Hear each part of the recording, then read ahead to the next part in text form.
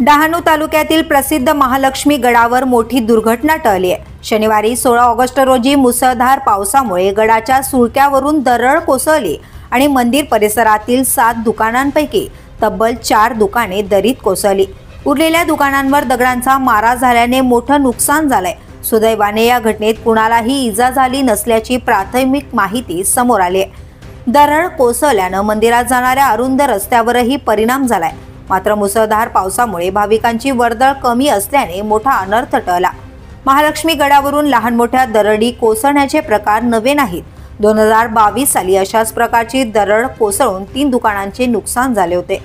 दरवर्षी विशेषतः पावसाळ्यात आणि सणासुदीच्या दिवशी गडावर मोठ्या संख्येने भाविक दाखल होत असतात। अशा वेळी दरड कोसळल्याने मोठी दुर्घटना होऊ शकते अशी भीती व्यक्त होते।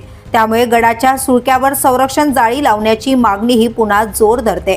या दरम्यान डहाणू पोलिसांनी भाविक आणि पर्यटकांना आवाहन केलंय। महालक्ष्मी मंदिर गड परिसरात दरड कोसळली असून रस्ता अरुंद झालाय। त्यामुळे काही दिवस भाविक व पर्यटन प्रेमींनी गडावर जाणं टाळावं।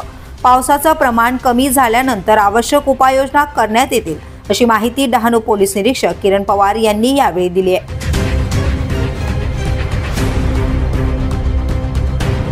The police news bureau, Dahanu.